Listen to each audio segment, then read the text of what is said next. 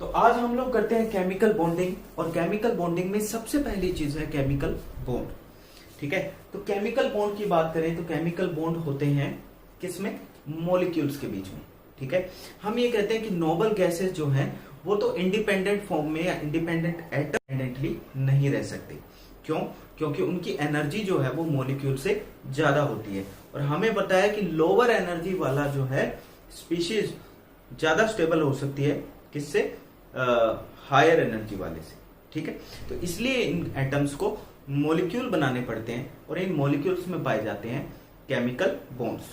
तो chemical bonds की बात करें तो देखिए डेफिनेशन सबसे पहले, a force that acts between two or more atoms to hold them together as a stable molecule.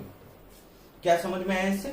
इससे ये पता लगा कि भाई एक फोर्स होता है जो दो एटम्स को या दो से ज्यादा एटम्स को होल्ड करके रखता है ताकि वो मॉलिक्यूल की फॉर्म में रहे और स्टेबल रह सके। हम ये कह सकते हैं कि भाई ये जो है कैसे बनते हैं। ठीक है, हम ये कहते हैं कि it is a union of two or more atoms involving redistribution of electron among them. इनके बीच में जो इलेक्ट्रॉन्स जो होते हैं इनका रीडिस्ट्रीब्यूशन होता है, और ये किस प्रोसेस के थ्रू होता है? उसे बोलते हैं हम लोग हाइब्रिडाइजेशन। तो हाइब्रिडाइजेशन की प्रोसेस के थ्रू ये मॉलिक्यूल्स जो हैं इनके बीच में इलेक्ट्रॉन्स का रीडिस्ट्रीब्यूशन होता है।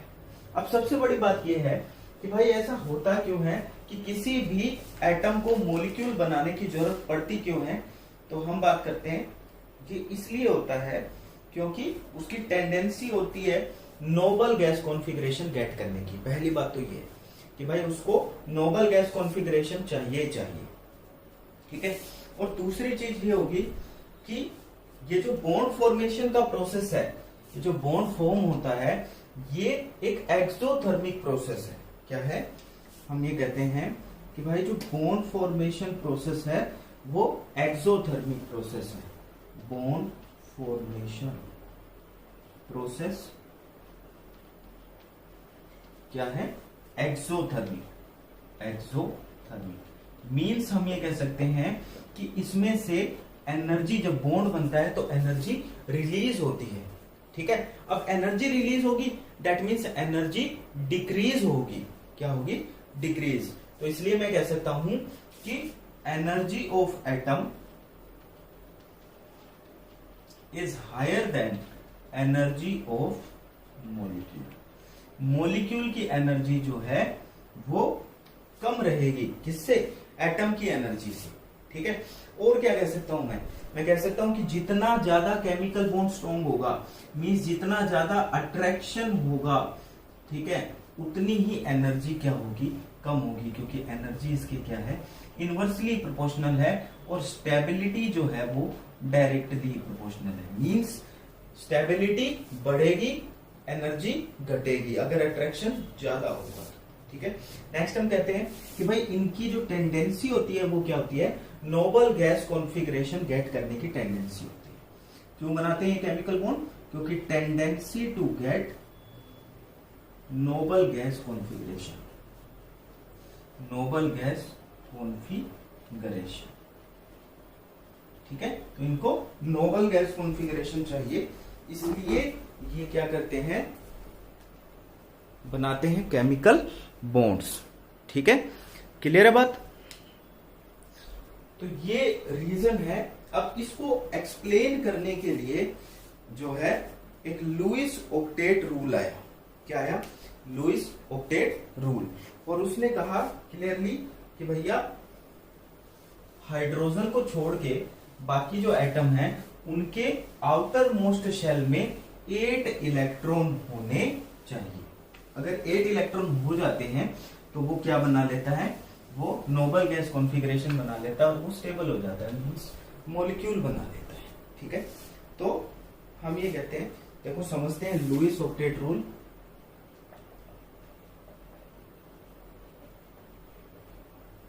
इसको समझने की कोशिश करते हैं। ठीक है, लुईस ऑक्टेट रूल हमारा क्या है? तो लुईस ऑक्टेट रूल की बात करें हम लोग तो हम कहेंगे कि every atom has a tendency to complete its octet outer most. That means octet means 8 electrons, ठीक है। हम कहेंगे 8 इलेक्ट्रॉन कंप्लीट करना चाहता है वो अपने आउटर मोस्ट शेल में, ठीक है। हाइड्रोजन को छोड़ के, क्योंकि हाइड्रोजन जो है उसकी टेंडेंसी होती है डुप्लेट बनाने की, ठीक है। मतलब हाइड्रोजन जो है वो डुप्लेट कैसे बनाता है, देखिए हाइड्रोजन एक शेयर किया, एक दूसरे हाइड्रोजन ने शेयर किया, और इसके पास 2 ही इलेक्ट्रॉन होते हैं, ठीक है। 2 इसके पास, 2 इसके पास, ठीक है। तो ये डुप्लेट बनाते हैं, ऑक्टेट नहीं बनाते। 8 इलेक्ट्रॉन कंप्लीट नहीं करते, 2 इलेक्ट्रॉन कंप्लीट करते हैं, ठीक है। नंबर 3, हम ये कहते हैं इनर्ट गैस कॉन्फ़िगरेशन गेट करने के लिए 8 इलेक्ट्रॉन पे इनर्ट गैस कॉन्फ़िगरेशन हो जाता है। जैसे हम बात करें आर्गन, नियोन, ठीक है, ये कॉन्फ़िगरेशन गेट करने के लिए हम ये कहते हैं कि ये या तो इलेक्ट्रॉन जो है लूज करते हैं, या फिर गेन करते हैं, या फिर शेयर करते हैं। तो 3 चीजें हो सकती है, या तो इलेक्ट्रॉन देते हैं, या इलेक्ट्रॉन लेते हैं, और या फिर शेयर करते हैं। जैसे यहां पर शेयरिंग हुई है इलेक्ट्रॉन की, अगर आयन बनेंगे तो इलेक्ट्रॉन लेंगे या फिर देंगे। तो हम बात करें, देखो जो ये जो टेंडेंसी होती है, the tendency of atoms to achieve 8 electrons, 8 electron get करने की जो टेंडेंसी होती है इनके आउटर मोस्ट शेल में, वो कहलाती है हमारी लुईस ऑक्टेट रूल। तो यही कहा था कि भाई 8 इलेक्ट्रॉन कंप्लीट करना चाहते हैं अपने आउटर मोस्ट शेल में, ठीक है, तो वो हो जाता है हमारा लुईस ऑक्टेट रूल। अब हम बात करते हैं, जैसे इसको समझने की कोशिश करें हम लोग, तो देखिए हम ये कहेंगे फॉर एग्जांपल H2O का एग्जांपल लेते हैं।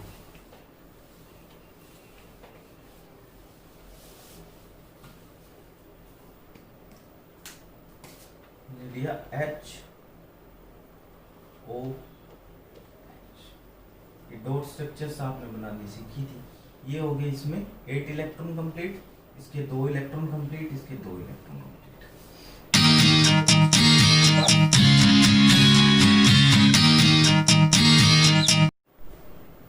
तो अब हम लोग बात करते हैं एक्सेप्शंस की, ठीक है। तो एक्सेप्शंस की बात करें तो एक्सेप्शन ऑक्टेट रूल में कई सारे आ जाएंगे। उन एक्सेप्शंस के बेस पे हम लोग जो है और अच्छे से समझ सकते हैं कि ऑक्टेट रूल का फॉलो नहीं करते बट वो मॉलिक्यूल जरूर बनाते हैं, ठीक है। तो हम बात करें exception of octet rule, exception of octet, ठीक है। चलिए, तो एक्सेप्शन की बात करें तो सबसे पहला एक्सेप्शन हमारे पास आएगा इनकम्प्लीट ऑक्टेट मॉलिक्यूल्स और इलेक्ट्रॉन डेफिशिएंट मॉलिक्यूल्स का। इनकम्प्लीट ऑक्टेट ऑफ मॉलिक्यूल्स, और हम इसको कह सकते हैं इलेक्ट्रॉन डेफिशिएंट। फॉर एग्जाम्पल देखो, एग्जाम्पल से समझने की कोशिश करते हैं। हमने एक एग्जाम्पल उठाया AlCl3, ठीक है। ये देखो,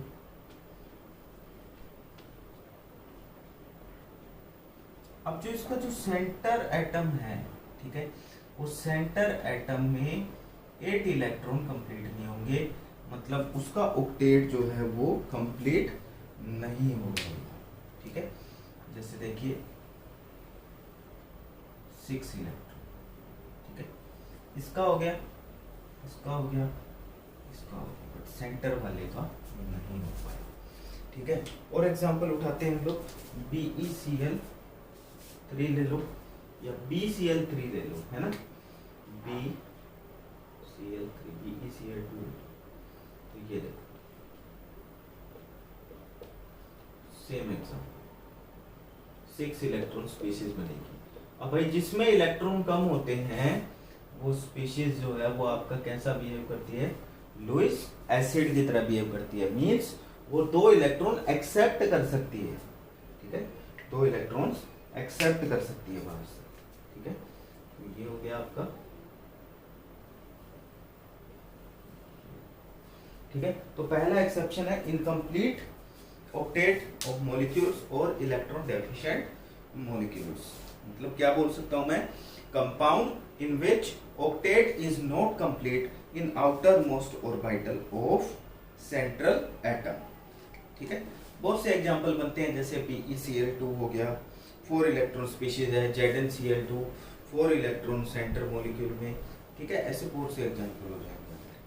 तो नेक्स्ट हम लोग बात करते हैं, देखो नेक्स्ट एक्सेप्शन होगा expansion of octet. Expansion of octet,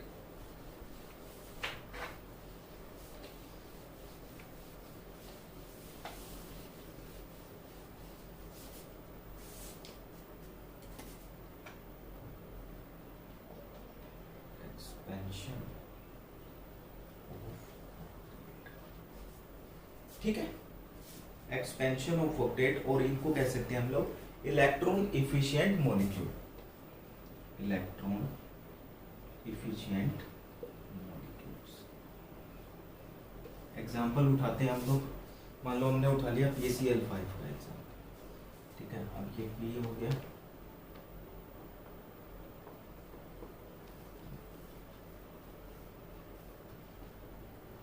अब इनके अंदर तो 8 इलेक्ट्रॉन है,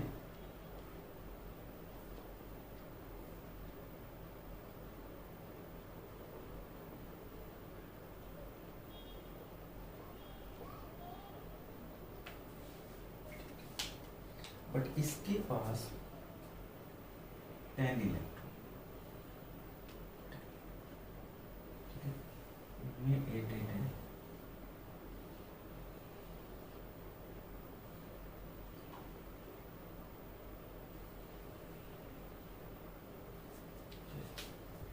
ठीक है, तो इनके पास 8 इलेक्ट्रॉन से ज्यादा है, तो मैं क्या कहूंगा, compound in which central atom has more than 8 electrons in outermost orbitals, क्या होंगे, एक्सपेंशन ऑफ ऑक्टेट वाले एग्जांपल होंगे। ठीक है, PCl5 हो गया, SF6 हो गया, ICl7 हो गया। ठीक है, ये सारे एग्जांपल हो गए। ठीक, ये 2 टाइप के हो गए। फिर आपने जो है वो एग्जांपल आ जाते हैं स्यूडो इनर्ट गैस कॉन्फ़िगरेशन में।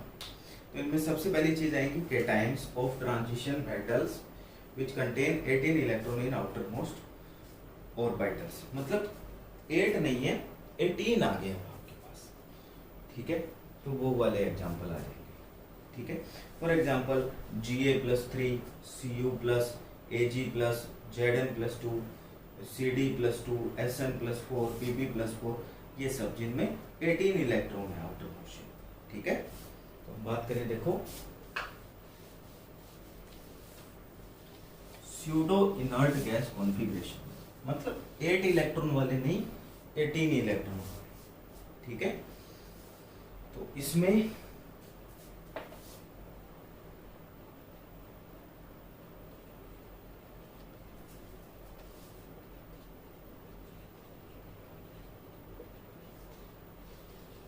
बात करते हैं इसकी cations of transition metal which cation transition metals which have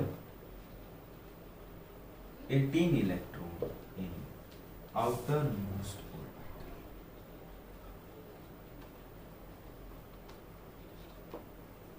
ठीक, अब एग्जांपल उठा लो, मान लो हमने उठाया Ga+3। ठीक है, अब गैलियम की बात करें हम लोग, तो गैलियम भैया कितने नंबर पे आता है, 31 नंबर पे। ठीक है, सिर्फ गैलियम की बात करूं मैं तो 31 नंबर पे आता है ना, और ये आ गया 30। ठीक है, अब इसका कॉन्फ़िगरेशन करता हूँ, 1s2 2s2 2p6 3s2 3p6 4s2 3d10 4p1। अब भैया अगर आप बात करोगे किसकी, Ga+3, तो 3 इलेक्ट्रॉन आपको कम करने पड़ेंगे, तो 1s2 2s2 2p6 3s2 3p6। अब देखो 4s में से जाएंगे 2 इलेक्ट्रॉन और 1 इलेक्ट्रॉन जाएगा 4p में से, तो आपके पास बच गए 3d। ठीक है, अब काउंट कीजिए, अब 3 3 3 एक ही प्रिंसिपल क्वांटम नंबर वाले, तो ये हो जाएंगे आपके आउटर मोस्ट शेल। इनमें कितने इलेक्ट्रॉन है? 18 इलेक्ट्रॉन है। तो ये स्यूडो इनर्ट गैस कॉन्फ़िगरेशन लिए हुए हैं। 8 वाली बात पूरी नहीं कर रहे, पर इनके पास है इनर्ट गैस कॉन्फ़िगरेशन। ठीक है, तो ऐसे एग्जांपल हो जाएंगे। ठीक है, तो एक हो जाएगा हमारे पास ओड इलेक्ट्रॉन मॉलिक्यूल्स। ठीक है, ओड इलेक्ट्रॉन मॉलिक्यूल जिनमें 7 इलेक्ट्रॉन या 11 इलेक्ट्रॉन हो, ठीक है, वो वाले सेंट्रल एटम के पास। ठीक है, ओड इलेक्ट्रॉन मॉलिक्यूल्स। अब इसमें भी कई चीजें आती है। ठीक है, स्यूडो इनर्ट गैस कॉन्फ़िगरेशन में भी कई सारी चीजें आती है। हम बात करें तो भाई एक तो आती है हमारे पास जो है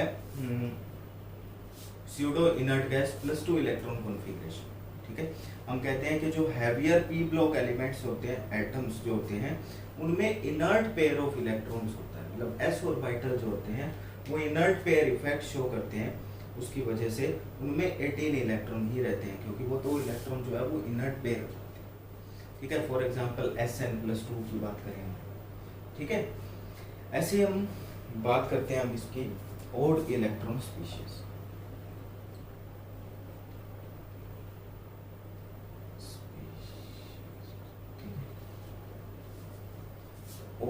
ओड इलेक्ट्रॉन स्पीशीज की या ओड इलेक्ट्रॉन मॉलिक्यूल्स की। तो हम ये कहेंगे कि भाई इनमें 7 इलेक्ट्रॉन या 11 इलेक्ट्रॉन हो। फॉर एग्जांपल हम बात करें NO हो गया, इसका एग्जांपल NO2 हो गया। ठीक है, ये सब एग्जांपल इसके हैं ओड इलेक्ट्रॉन स्पीशीज के। तो आज हम लोग ये हमारा कंप्लीट हो चुका है लुईस ऑक्टेट रूल। ठीक है, इंट्रोडक्शन हमारा हो चुका है। अब हम लोग इसको आगे बढ़ाएंगे। ठीक है, चलो।